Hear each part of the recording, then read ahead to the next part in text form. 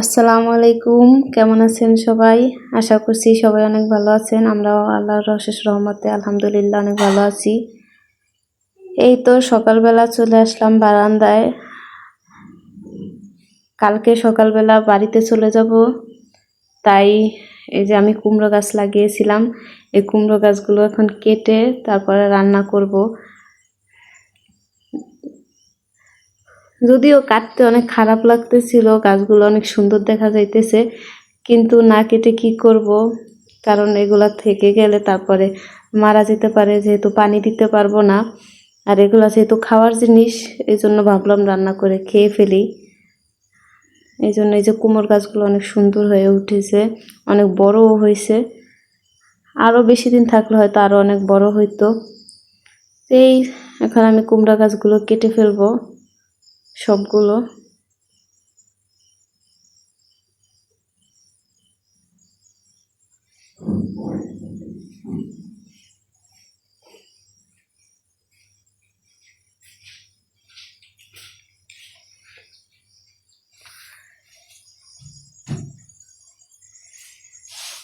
এই যে পাশে আবার পুঁই শাক গাছও লাগিয়েছিলাম, কিন্তু কুমড়ো শাকের জন্য পুঁই শাকটা ভালোভাবে হয় নাই। এর আগেও এই টপের ভিতরে পুঁই শাক লাগিয়েছিলাম, অনেক সুন্দরভাবে হয়েছিল পুঁই শাকগুলা। রান্নাও করেছিলাম কেটে, আমার মেয়ের খিচুড়ির ভিতরেও দিয়েছিলাম। কুমড়ো শাকও দিয়েছি মাঝে মাঝে ওর খিচুড়ির ভিতরে।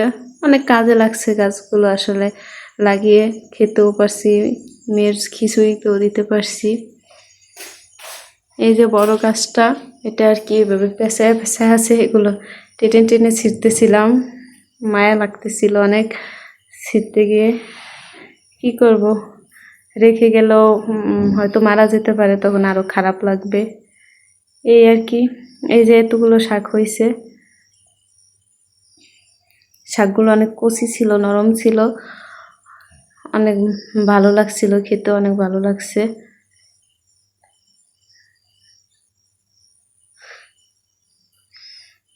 এই যে গোড়াগুলো আছে, এগুলোতে আবার পরে আবার হয়তো যখন ঢাকা যাব দেখবো হয়তো বা আবার গাছ উঠেছে আবার পাশ দিয়ে।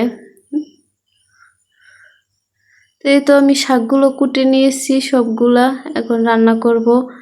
শাকগুলো কুটে ধুয়ে নিয়েছি, রুই মাছের মাথা দিয়ে রান্না করব শাকগুলা। তো এই তো পেঁয়াজ মরিচ ভেজে নিয়েছি, এরপরে হলুদ মরিচ কষিয়ে তারপরে একবারে মাছ কষিয়ে শাকটা দিয়ে দিয়েছি।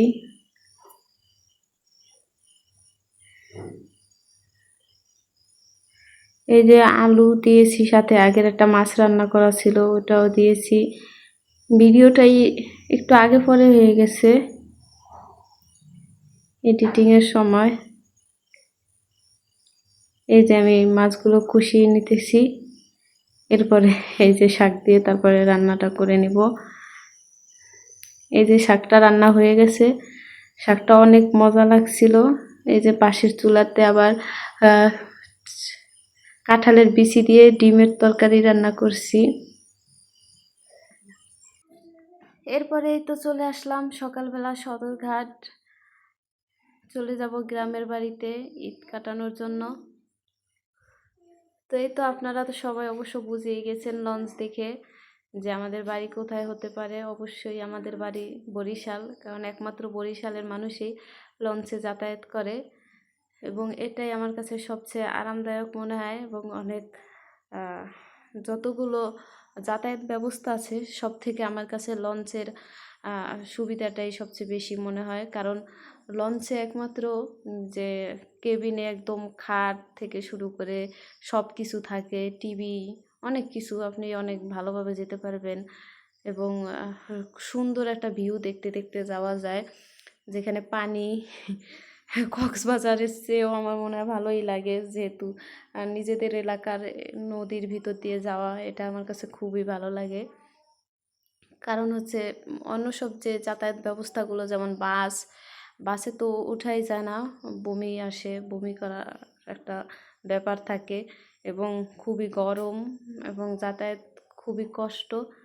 সেই ক্ষেত্রে আমার কাছে এটাই সবচেয়ে আরামদায়ক লাগে, যারা শুধু কেবিন না, যারা এমনিতে খালি এমনিতে সিটে বসে যায় বা শুয়ে যায়, তারা একদম শুয়ে ঘুমাতে ঘুমাতে চলে যেতে পারে তাদের নিজ ঠিকানায়।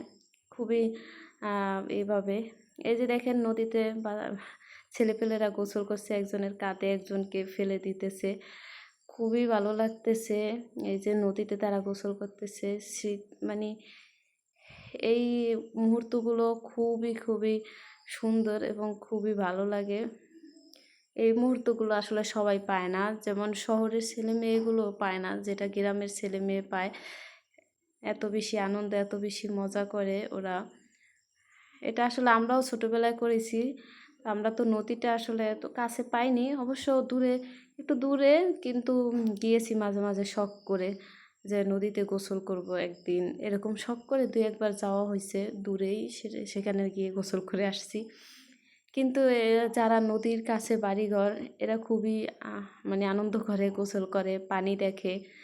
আমাদের এই যে পানি দেখতে দেখতে চলে গেলাম, তো এই পর্যন্তই। সবাই ভালো থাকবেন, আল্লাহ হাফেজ।